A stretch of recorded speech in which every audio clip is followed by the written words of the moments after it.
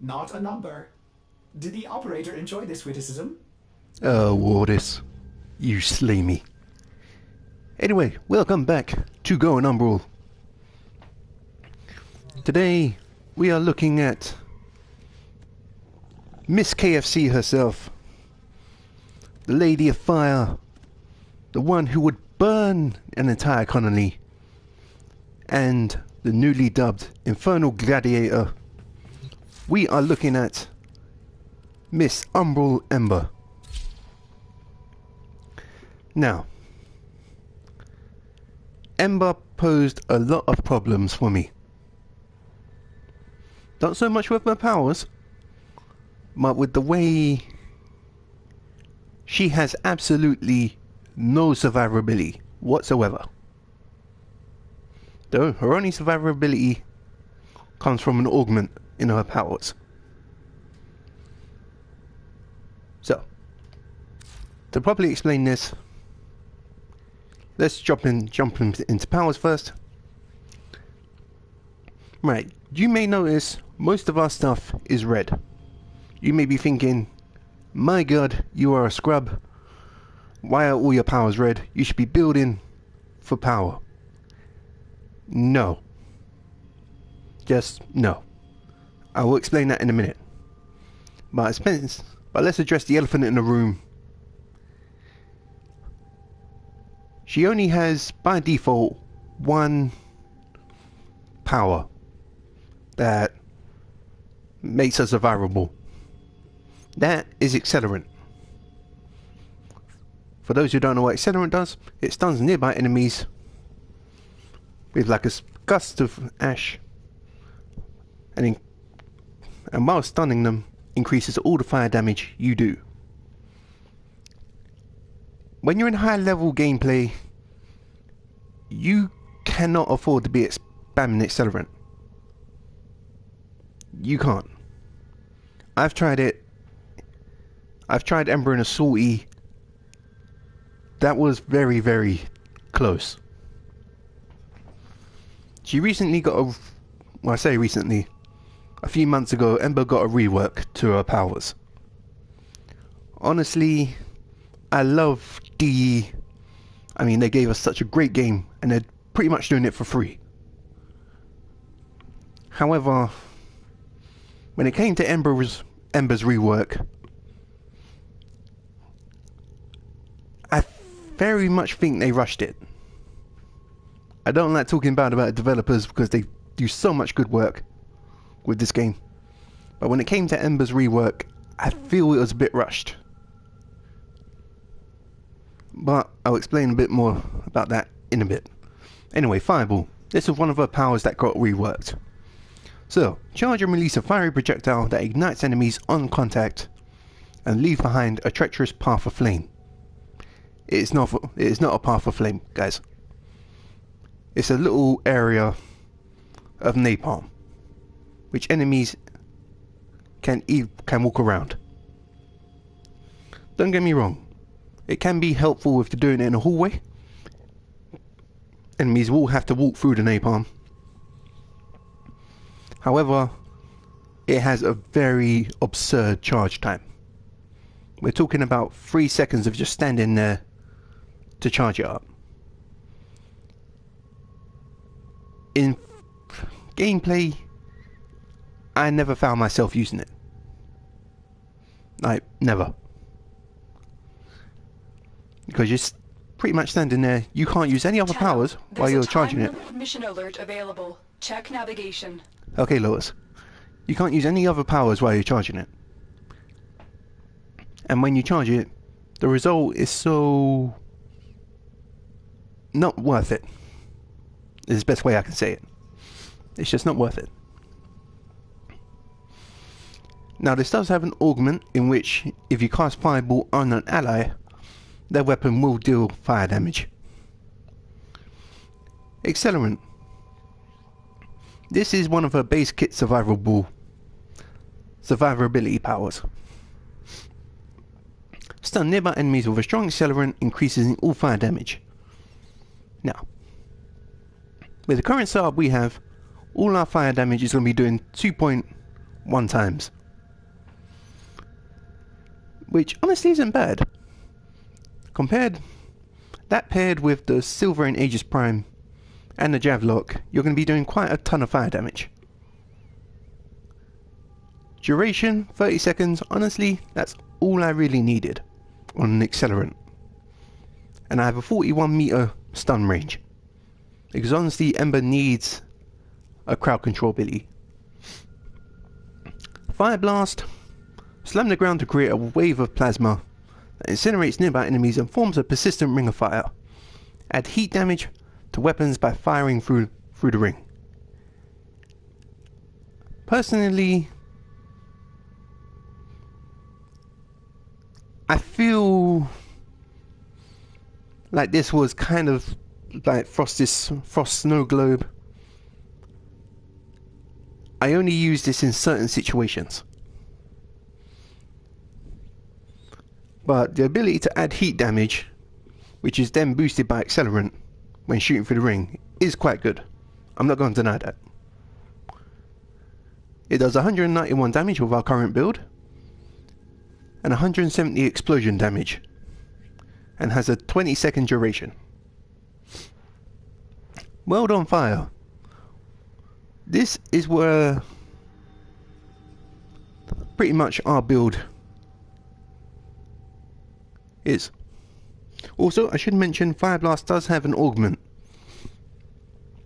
in which enemies hit by Fireblast are panicked. So if you want a crowd control power that's not Accelerant or Firequake, you're more than welcome to use that. World on Fire. This was the main power that got changed in Ember's rework. Basically, before her rework, Ember was the frame you'd slap on loads of power, loads of range, and you could literally run through a mission. And you would kill stuff before your teammates got a chance to. Obviously, a lot more people did that quite a lot, myself included. And obviously DE was like, we can't be having that. So this actually got a rework in which when you pop World on Fire, you have your normal range. However, after a while, you start accumulating something called overheat.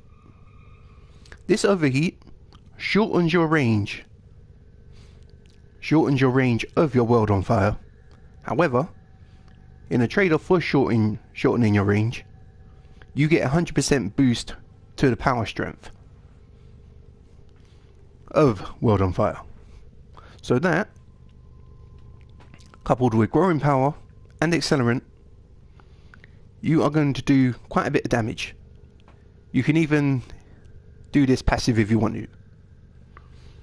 So let's talk into her passive. This is probably the most how can I explain it? This passive needs to be changed. Is the best way I can explain it. Basically, she regenerates energy and deals more damage while on fire. Now, if you're going through a normal star chart mission, the only maps that have fire in them are the crossfire missions. There's not a lot of those on the star chart, and very rarely show up on Salties. So honestly, the only way you can set yourself on fire is by using the Javelock's charged attack. But that is very counterintuitive, because if those who've never heard of the Javelock, it's a fire weapon that can inflict self-damage on the charge attack. However, it can hit like a truck. There have been times where I've done a little trick with Ember, setting herself on fire, and pretty much outright killed myself just from the single charge attack. But anyway, World on Fire has a 30-meter radius, does 340% damage, a status chance of 29%. Now the status chance does go up with power strength. However, I'm not modding for power strength, because if I'm going into high level content, Ember's fire damage isn't doing nothing. Like, it's just not, guys. Because if you invest too heavily into the Javelok in damage wise, you can't pull off the energy trick, and it will kill you if you try to. So I try to use my Ember for more of a control frame as more of a damage dealer. But anyway, for the mods, we have Growing Power. We are using status weapons in the Silver and Aegis Prime and the Javelok. So Growing Power is pretty much mandatory for Ember. This, coupled with Accelerant and her passive, if all popped together in a short succession, can net you over 1,000 damage on your Firequake. So if you still want to run through the missions, nuking everything before your teammates, you can still do it. However, you have to be quite speedy with the buttons. You pretty much have to shoot an enemy, get Growing Power, Accelerant, or you can do shoot yourself, shoot an enemy, get a status proc, use Accelerant, use World on Fire, and pretty much run through the stage if you want to. We have Fleeting Expertise for efficiency, just to cut down the energy drain on World on Fire. We have Continuity for power duration, and Constitution for power duration, just to give us a bigger duration on our Accelerant,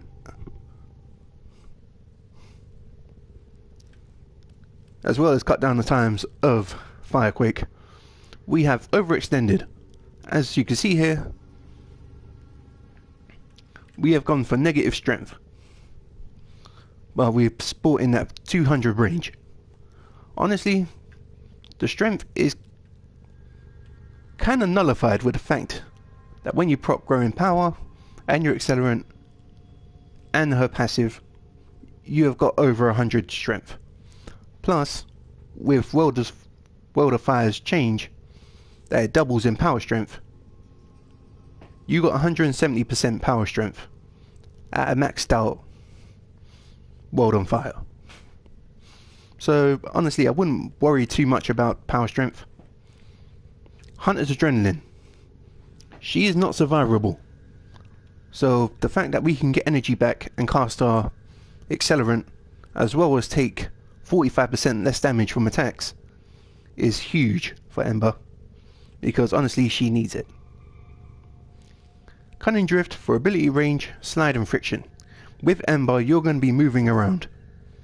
Very rarely are you going to be standing in one place unless it's a low to mid-level mission. In high-level content, you need to be moving, otherwise they are going to kill you. We have Firequake. Honestly, I feel this or the Fireblast augment is very mandatory for Ember. Personally, I like Firequake because I don't like to stand in one spot and just keep using the same move. I prefer to keep moving so I can shoot and do what I need to do. We have faster knockdown recovery and ability duration through Constitution. We have Umbral Vitality and Umbral Intensify, bringing our health up to 750, which honestly is quite good. Plus, it's an Umbral mod, Umbral build, so what we're going to use. Now, the Javelok. This is how we're going to be setting ourselves on fire. During my research into Ember, I came across a video by someone called Grind Hard Squad, who actually showcased this trick. Basically, you shoot a charged Javelok shot at your feet and it sets you on fire. However, as I did mention before, it can kill you if it crits. And with a 20% crit chance, it can kill you, like, quite a bit. Don't forget, we have multi-shot as well, from Vigilante Armaments and Split Chamber. Honestly, if you're going to be using the Javelok for the energy trick, you don't want to invest too heavily in damage. You want to slap on the basic serration, maybe Hellfire, Split Chamber, Vigilante Ornaments, Hammer Shot, and Thermite rounds, and Speed Trigger. Now I went for Continuous Misery. Basically, with Continuous Misery, it does affect the status proc on you. So I have 10 seconds of fire on Ember, which honestly, if I can find a group of enemies, I can charge in with the Silver and Aegis Prime and Life Strike my health back, while still activating my World on Fire. Now for the Silver and Aegis Prime, it's a very, very slow weapon. Very slow. I did try it with the stance Final Harbinger. However, I just prefer 11th Storm for this particular sword and shield. Because it swings so slow, you're not getting the full mobility of Final Harbinger. So for the build here, we have Pressure Point, Blood Rush, Prime Fury. Honestly, if you can, I can't afford it because I ain't got that much endo, but you do want to max this out for this weapon. We have Drifting Contact, Volcanic Edge, Voltaic Strike for corrosive and heat. We have Virulent Scourge, that pairs with Voltaic Strike for corrosive, and Life Strike, just so we can get our health back. And trust me, we are going to need it. So, as per usual, we are going into Sanctuary Onslaught. I did try to make Ember look more like a Umbral gladiator. I think I did quite well, personally. But there's a few things we need to address with Ember. Personally, I feel Ember needs another rework. Basically, you need to... Right. Let me show you the charge time on the fireball. That's about 3 seconds. Guys, you are not going to be standing in place for 3 seconds. Yes, you can move, but if you're trying to lay a Pacific napalm in an area, yeah, you're not going to be standing around. Right. So I'd say for her fireball power, I would say maybe just cut the charge time by a minute. Not a lot. Not a minute. A second. There we go. Oh, come on, man. Yeah, it can be very tricky working.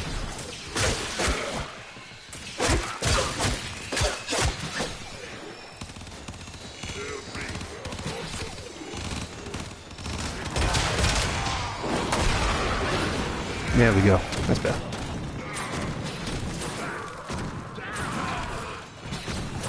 As you see, we can nuke stuff. I feel that the recharge of Fireblast needs to be taken down for by a second.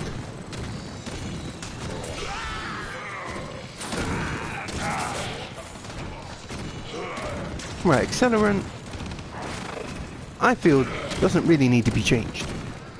It's a good survivability power. It's a good survivability power. Provides a very decent stun. Plus the increased fire damage for Ember is pretty handy. Fireblast, honestly, I feel if you have World on Fire, World on Fire. Do you really need Fireblast? Because pretty much they do the same thing. Only thing is, Fireblast has a stationary ring that damages enemies that go into it. And honestly, I wouldn't use that over a power that I can get a very wide area on.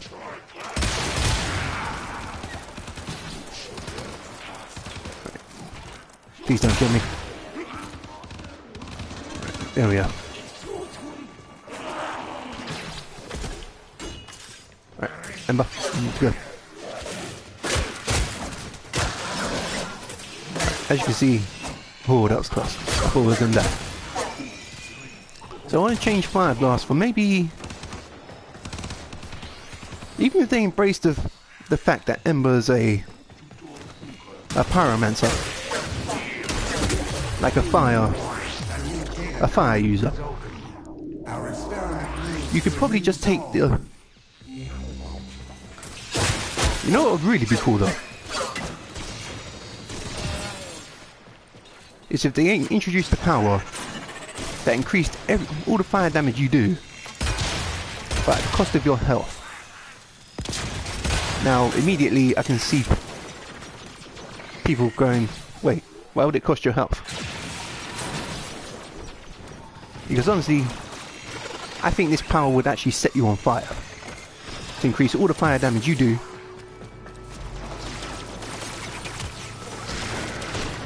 And obviously, as being set on fire, you're going to be doing... You can do that. There we go.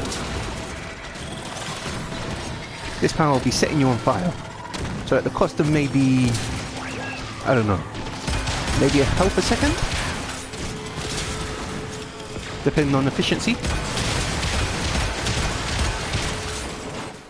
Yeah, I'm going to die. As you can see, nullifiers are Ember's worst enemy. Yeah, maybe with efficiency, it takes the current drain of the health from this power, and it gives you a certain boost on your power of all your abilities.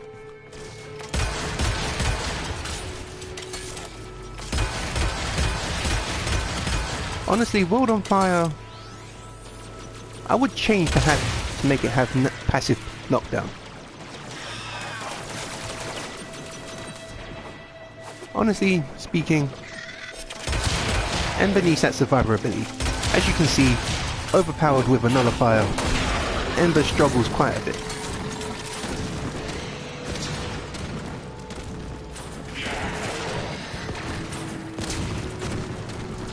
So what would make it do? Have passive knockdown.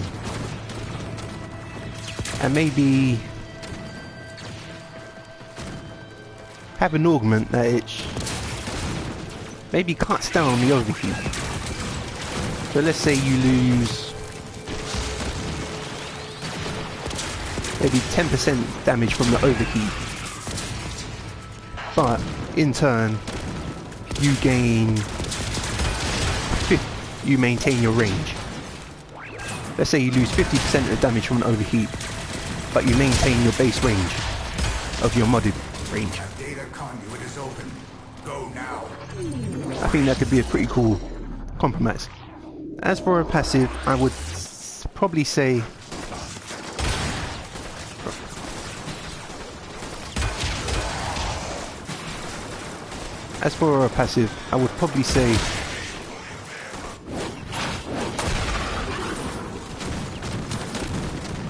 maybe for every fire tick, for every fire status element that Ember does, she gains maybe health regeneration or armor, or maybe even more power strength. That just embrace the fact that she can sling fire from her palms. That, for me, would be my ideal.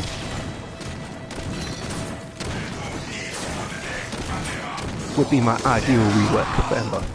Because not only will she have survivability now, but she can compete with frames that have had reworks and now can compete at endgame. Like Saren and Naja, Limbo. Because honestly, personally speaking, you're not going to bring Ember into end level gameplay. Level 100s, maximum level I've ever brought Ember into is about level 80, and I struggled, especially against armor targets.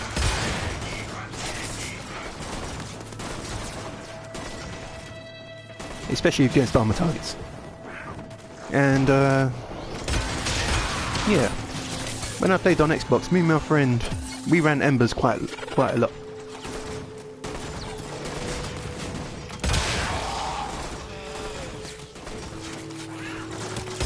We ran Embers quite a lot, and we did a, what was it, endurance on, oh, I can't remember where it was. I want to say it was Moot in the Void.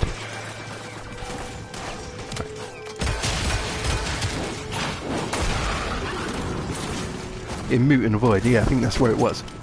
And we stayed a good hour. We stayed a good hour into it.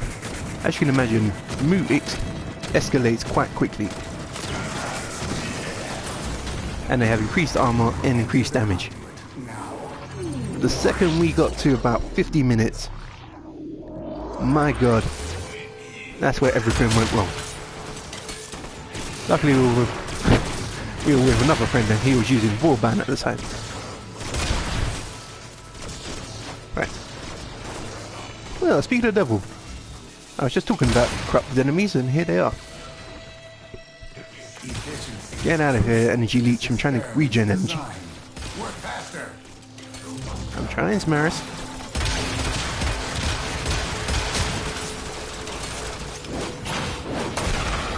There we go. Right.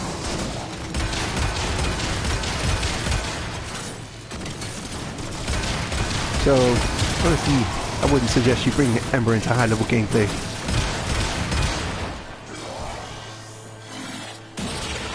Like, these are level 44 and they just did that much damage. Honestly, I feel she needs another rework. Unlike Ash, where I'm just abysmal with him, Ember I've had practice with. I know how her powers work. But honestly, my greatest challenge with Ember is just keeping her alive.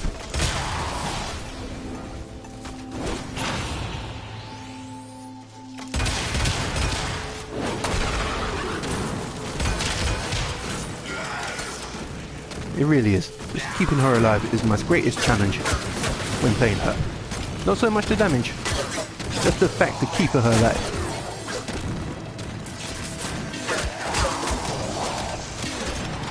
I mean, yes, you can use Life Strike, but the problem with Life Strike is, as you can see, I can take down enemies before I can get to them, which means that's health I've essentially lost. Now there's a few ways around this. You can use a Lifesteal Furious. But again, if you're heavily relying on the Furious, unless you have an ammo mutation, you are... Alright, so I ran out of efficiency. If you're heavily relying on Furious, unless you have an ammo mutation, you're going to run out of ammo eventually. Especially if you're going on endurance. But honestly, that's all I can say about Ember. She is a good Warframe. However, personally, I just feel she needs a more careful revisit of her powers. Like, honestly, she should be able to sling fire and keep herself alive. And honestly, that's something she just can't do very well. Yes, she can burn things and knock down enemies with Firequake, but honestly, the armor and the pretty much low health of Ember Just makes her very, very squishy. But anyway, that's enough ranting for me. I'll see you guys later. Stay tuned, we will be doing Cora and Mag. And I'll see you guys next time. Bye bye now.